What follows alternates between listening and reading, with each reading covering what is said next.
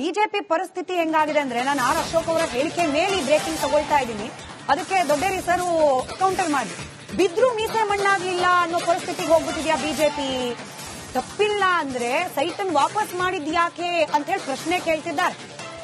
Case ಬಗ್ಗೆ ಇಷ್ಟೆಲ್ಲ ಮಾತನಾಡುವವರು ಕೋರ್ಟ್ ಹಿಂಗ್ ಹೇಳಿದ್ಯಲ್ಲ ಇಡೀ ವಿಚಾರದಲ್ಲಿ ಅಂತಂದ್ರೆ ಮೌನ. ಇದ್ರ ಬಗ್ಗೆ ನಾನು ರಿಯಾಕ್ಟ್ ಮಾಡಲ್ಲ ಅಂತಾರೆ. ಅಲ್ಲಿಗೆ ತಮಗ್ ಯಾವ್ದು ಅನುಕೂಲ ಅನ್ನೋ ಅದನ್ನ ಪಿಕ್ ಅಂಡ್ ಸ್ಪೀಕ್ ಅನ್ನೋ ರೀತಿಯಾಗಿ ಬಂದ್ಬಿಟ್ಟಿದ್ಯಾ ಅಂತ ಹೇಳಿ ಅಶೋಕ್ ಅವ್ರ ರಿಯಾಕ್ಷನ್ ಕ್ವಿಕ್ ಆಗಿ ಹಾಕೊಳ್ಳಿ. ಸುಪ್ರೀಂ ಕೋರ್ಟ್ ಅಲ್ಲಿ ಏನಾಗಿದೆ, ನಾನು ಕೋರ್ಟಿನ ವ್ಯಾಖ್ಯಾನಗಳನ್ನ ನಾನು ಇಲ್ಲಿ ಚರ್ಚೆ ಮಾಡಕ್ಕೆ ಇಷ್ಟಪಡಲ್ಲ. ಕೋರ್ಟ್ ಏನ್ ಆದೇಶ ಬರುತ್ತೋ ಅದನ್ನ ಪಾಲನೆ ಮಾಡಬೇಕು, ಪ್ರಶ್ನೆನೇ ಇಲ್ಲ. ಆದರೆ ನಾನು ಕಾಂಗ್ರೆಸ್ ಅವರಿಗೆ ಪ್ರಶ್ನೆ ಹಾಕೋದು, ತಪ್ಪು ಮಾಡಿಲ್ಲ ಅಂದ್ರೆ ಸೈಟ್ ಯಾಕೆ ವಾಪಸ್ ಕೊಟ್ಟರು? ಹಂಗಾರೆ ವಾಪಸ್ ಅಷ್ಟೇ ಸರ್. ಇದಕ್ಕೆ ದೊಡ್ಡೇರಿ ಸರ್ ಕ್ಲಾರಿಫಿಕೇಶನ್ ಕೊಡಬೇಕು. ನೋಡಿ, ಮಾನ್ಯ ಸರ್ವೋಚ್ಚ ನ್ಯಾಯಾಲಯ ಈ ಪ್ರಕರಣವನ್ನು ವಿಚಾರಣೆ ಮಾಡುವಂತ ಸಂದರ್ಭದಲ್ಲಿ ಇಡಿ ಅವರಿಗೆ ನೀವು ಈ ರೀತಿ ಮಾಡಿದ್ದು ಸರಿ ಇಲ್ಲ ಅನ್ನೋ ಒಂದು ಅಭಿಪ್ರಾಯವನ್ನ ಹೇಳಿದ್ದಕ್ಕೆ ಇಡೀ ಕಾಂಗ್ರೆಸ್ನವರು ಎದ್ದು ಇವತ್ತು ದೊಡ್ಡದಾಗಿ ಏನೋ ಒಂದು ಅಪರಾಧ ಆಗಿರೋ ತರ ರೀತಿಯಲ್ಲಿ ಬಿಜೆಪಿನವರೇ ತಪ್ಪು ಮಾಡಿರುವಂತಹ ರೀತಿಯಲ್ಲಿ ಬಿಂಬಿಸ್ತಾ ಇಟ್ಕೊಂಡು ಆರತುಳ ಹಾಕೊಂಡು ತಿರುಗ್ತಾ ಇರತಕ್ಕಂಥದ್ದನ್ನ ನಾವು ನೋಡ್ತಾ ಇದ್ದೀವಿ. ಇವತ್ತು ಅದೇ ಸುಪ್ರೀಂ ಕೋರ್ಟ್ ನಮ್ಮ ಸಂಸದರಾದಂಥ ತೇಜಸ್ವಿ ಸೂರ್ಯ ಅವರ ಪ್ರಕರಣದಲ್ಲಿ ತೇಜಸ್ವಿ ಸೂರ್ಯ ಅವರು ಕರ್ನಾಟಕದಲ್ಲಿ ರೈತರು ಆತ್ಮಹತ್ಯೆ ಮಾಡ್ಕೊಳ್ತಿದ್ದಾರೆ ಅಂತ ಒಂದು ಪೋಸ್ಟ್ ಹಾಕ್ತಾರೆ. ಅದರ ಮೇಲೆ ಇನ್ವೆಸ್ಟಿಗೇಷನ್ ಆಗುತ್ತೆ. ಆ ಇನ್ವೆಸ್ಟಿಗೇಷನ್ ಪ್ರಕರಣವನ್ನ ಸುಪ್ರೀಂ ಕೋರ್ಟ್ ಅನ್ನೋ ಸಂದರ್ಭದಲ್ಲಿ ಇವತ್ತು ಮಾನ್ಯ ಸರ್ವೋಚ್ಚ ನ್ಯಾಯಾಲಯ ಕರ್ನಾಟಕ ರಾಜ್ಯ ಸರ್ಕಾರಕ್ಕೆ 25 ಲಕ್ಷ ಫೈನ್ ಅನ್ನು ಹಾಕಿ ಇದು ರಾಜಕಾರಣ ಮಾಡಬೇಡಿ ನೀವು ಅಂತ ಹೇಳಿ ನಿಮ್ಮ ಮುಖ ಏನನ್ನ ಹೇಳಿದೆ ಅಂತ ಜಡ್ಜ್ಗಳು ಬಯಾಸ್ಡ್ ಆಗಿಲ್ಲ.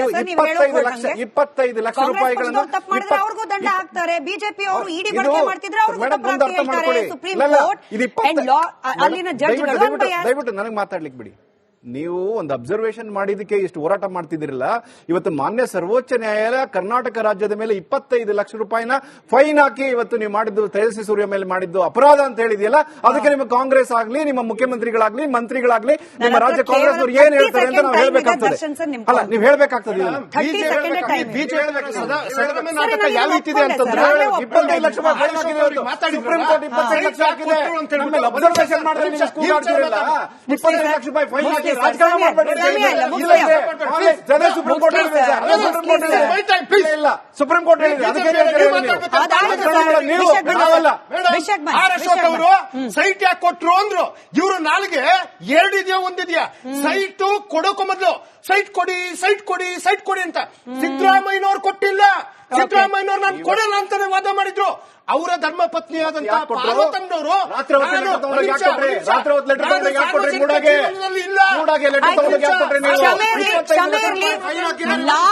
ಲಾಸ್ಟ್ ಒಪಿನಿಯನ್ ನಮ್ಮ ಜೊತೆಯಲ್ಲಿ ಜೆಡಿಎಸ್ ವಕ್ತಾರರು. ಆಯ್ತು ಸರ್, ಡನ್.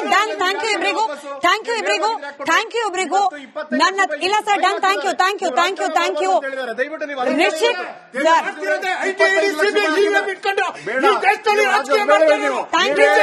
ವಾಯ್ಸ್ ಹೋಗ್ತಾ ಇಲ್ಲ. ಸಮಾಧಾನ. ವಾಯ್ಸ್ ಹೋಗ್ತಿಲ್ಲ, ಇಬ್ರದ್ದು ವಾಯ್ಸ್ ಹೋಗ್ತಾ ಇಲ್ಲ.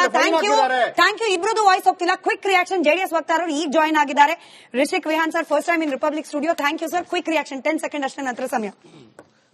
ಮೇಡಮ್, ಕಾಂಗ್ರೆಸ್ ಅವರು ಇವತ್ತೇನು ಸುಪ್ರೀಂ ಕೋರ್ಟ್ ಅಲ್ಲಿ ಅವ್ರ ಪರವಾಗಿ ಆಗಿದೆ ಅಂತ ಹೇಳ್ತಾ ಇದಾರಲ್ಲ, ಅವರು ಜನರ ಮುಂದೆ ಆಲ್ರೆಡಿ ಮರ್ಯಾದೆ ಕಳ್ಕೊಂಡ್ಬಿಟ್ಟಿದ್ದಾರೆ. ಯಾಕೆ ಹೇಳ್ತೀನಿ ಅಂತ ಹೇಳಿದ್ರೆ, ಸುಪ್ರೀಂ ಕೋರ್ಟ್ ಅಲ್ಲಿ ಆಗಿರುವಂತದ್ದು PMLA ಆಕ್ಟ್ ಅಂಡರ್ ಅಲ್ಲಿ ಇಡಿ ಸಮನ್ಸ್ ನ ಅವರು ರಿಜೆಕ್ಟ್ ಮಾಡಿದ್ದಾರೆ ಹೊರತು ಮೂಢ ಹಗರಣನೇ ರಿಜೆಕ್ಟ್ ಮಾಡಿಲ್ಲ. ಅರ್ಥ ಮಾಡ್ಕೊಳ್ಬೇಕಾಗಿರುವಂತ ವಿಚಾರ ಇಲ್ಲಿರುವಂತದ್ದು. ನಿಮಗೆ ಕಂಪ್ಲೀಟ್ ಆಗಿ ಮೂಢ ಕೇಸ್ ನ ಸ್ಕ್ವಾಶ್ ಮಾಡಿದೀವಿ ಅಂತ ಎಲ್ಲೂ ಹೇಳಿಲ್ಲ. It is only PMLA act ಮೇಲೆ ನಿಮಗೆ ಏನ್ ಇಡಿ ಸಮನ್ಸ್ ಮಾಡಿತ್ತು ಅದನ್ನ ಮಾತ್ರ ರಿಜೆಕ್ಟ್ ಮಾಡಿದ್ದಾರೆ. ಇನ್ನ ಬೇರೆ ವಿಚಾರ ಗಮನಿಸೋದಾದ್ರೆ, ಇಷ್ಟೆಲ್ಲ ಬೊಬ್ಬೆ ಹೊಡಿತಾ ಇದಾರಲ್ಲ ಕಾಂಗ್ರೆಸ್ ಅವರು, ನಿಮ್ಗೆ ಏನಾದ್ರು ನೈತಿಕತೆ ಇದ್ರೆ ಲೋಕಾಯುಕ್ತ ಮುಂದೆ ಸನ್ಮಾನ್ಯ ಪಾರ್ವತಿ ಅವರು ಬಂದಿದ್ರು.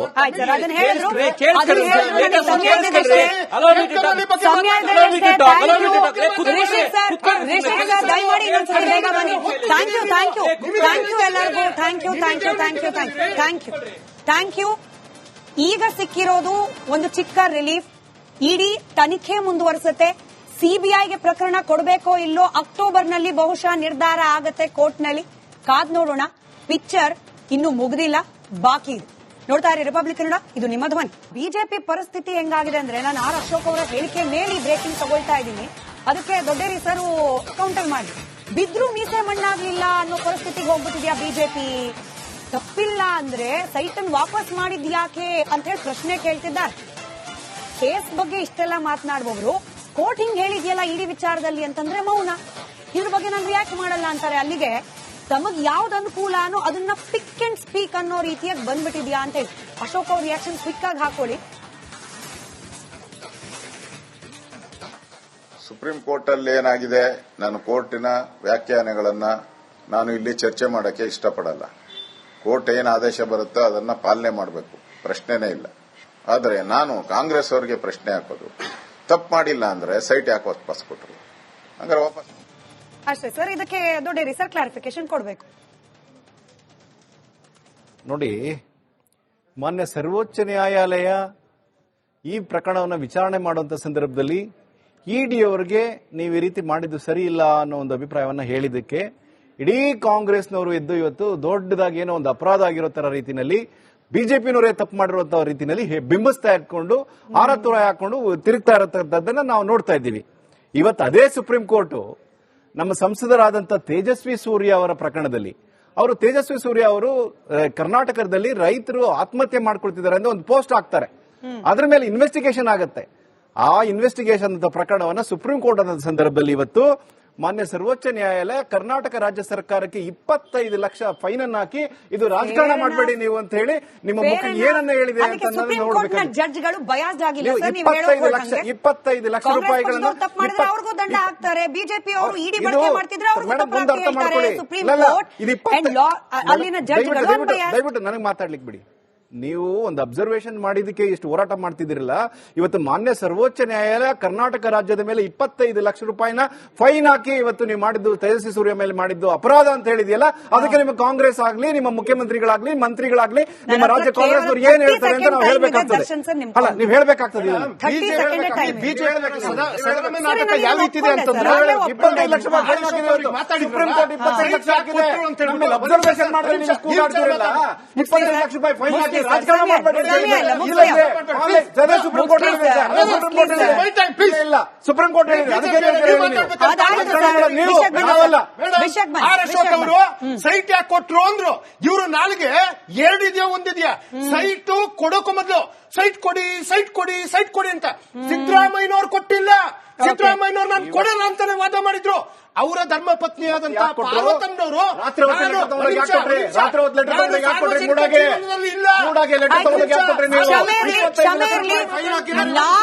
ಲಾಸ್ಟ್ ಒಪಿನಿಯನ್ ನಮ್ ಜೊತೆಯಲ್ಲಿ ಜೆಡಿಎಸ್ ವಕ್ತಾರರು. ಆಯ್ತು ಸರ್, ಆಯ್ತು sir, done done. Thank you ಇಬ್ರಿಗೂ, ಥ್ಯಾಂಕ್ ಯು ಇಬ್ರಿಗೂ, ಥ್ಯಾಂಕ್ ಯು ಇಬ್ರಿಗೂ. ನನ್ನ ಇಲ್ಲ sir, done. Thank you, thank you, thank you, thank you. Rishik sir, thank you. Voice ಹೋಗ್ತಿಲ್ಲ, ವಾಯ್ಸ್ ಹೋಗ್ತಾ ಇಲ್ಲ, ವಾಯ್ಸ್ ಹೋಗ್ತಾ ಇಲ್ಲ, ಕಿರ್ಚಬೇಡಿ, ಸಮಾಧಾನ. ವಾಯ್ಸ್ ಹೋಗ್ತಿಲ್ಲ, ವಾಯ್ಸ್ ಹೋಗ್ತಿಲ್ಲ, ಇಬ್ರದ್ದು ವಾಯ್ಸ್ ಹೋಗ್ತಾ ಇಲ್ಲ. Thank you, thank you. ಇಬ್ರದ್ದು ವಾಯ್ಸ್ ಹೋಗ್ತಿಲ್ಲ. ಕ್ವಿಕ್ ರಿಯಾಕ್ಷನ್ ಜೆಡಿಎಸ್ ವಕ್ತಾರರು ಈಗ ಜಾಯ್ನ್ ಆಗಿದ್ದಾರೆ. Rishik Vihan sir, first time in Republic studio. Thank you sir. Quick reaction 10 second ಅಷ್ಟೇ, ನಂತರ ಸಮಯ. ಮೇಡಮ್, ಕಾಂಗ್ರೆಸ್ ಅವರು ಇವತ್ತೇನು ಸುಪ್ರೀಂ ಕೋರ್ಟ್ ಅಲ್ಲಿ ಅವ್ರ ಪರವಾಗಿ ಆಗಿದೆ ಅಂತ ಹೇಳ್ತಾ ಇದಾರಲ್ಲ, ಅವರು ಜನರ ಮುಂದೆ ಆಲ್ರೆಡಿ ಮರ್ಯಾದೆ ಕಳ್ಕೊಂಡ್ಬಿಟ್ಟಿದ್ದಾರೆ. ಯಾಕೆ ಹೇಳ್ತೀನಿ ಅಂತ ಹೇಳಿದ್ರೆ, ಸುಪ್ರೀಂ ಕೋರ್ಟ್ ಅಲ್ಲಿ ಆಗಿರುವಂತದ್ದು PMLA ಆಕ್ಟ್ ಅಂಡರ್ ಅಲ್ಲಿ ಇಡಿ ಸಮನ್ಸ್ ನ ಅವರು ರಿಜೆಕ್ಟ್ ಮಾಡಿದ್ದಾರೆ ಹೊರತು ಮೂಢ ಹಗರಣನೇ ರಿಜೆಕ್ಟ್ ಮಾಡಿಲ್ಲ. ಅರ್ಥ ಮಾಡ್ಕೊಳ್ಬೇಕಾಗಿರುವಂತ ವಿಚಾರ ಇಲ್ಲಿರುವಂತದ್ದು. ನಿಮಗೆ ಕಂಪ್ಲೀಟ್ ಆಗಿ ಮೂಢ ಕೇಸ್ ನ ಸ್ಕ್ವಾಶ್ ಮಾಡಿದೀವಿ ಅಂತ ಎಲ್ಲೂ ಹೇಳಿಲ್ಲ. It is only PMLA act ಮೇಲೆ ನಿಮಗೆ ಏನ್ ಇಡಿ ಸಮನ್ಸ್ ಮಾಡಿತ್ತು ಅದನ್ನ ಮಾತ್ರ ರಿಜೆಕ್ಟ್ ಮಾಡಿದ್ದಾರೆ. ಇನ್ನ ಬೇರೆ ವಿಚಾರ ಗಮನಿಸೋದಾದ್ರೆ, ಇಷ್ಟೆಲ್ಲ ಬೊಬ್ಬೆ ಹೊಡಿತಾ ಇದಾರಲ್ಲ ಕಾಂಗ್ರೆಸ್ ಅವರು, ನಿಮ್ಗೆ ಏನಾದ್ರು ನೈತಿಕತೆ ಇದ್ರೆ ಲೋಕಾಯುಕ್ತ ಮುಂದೆ ಸನ್ಮಾನ್ಯ ಪಾರ್ವತಿ ಅವರು ಬಂದಿದ್ರು.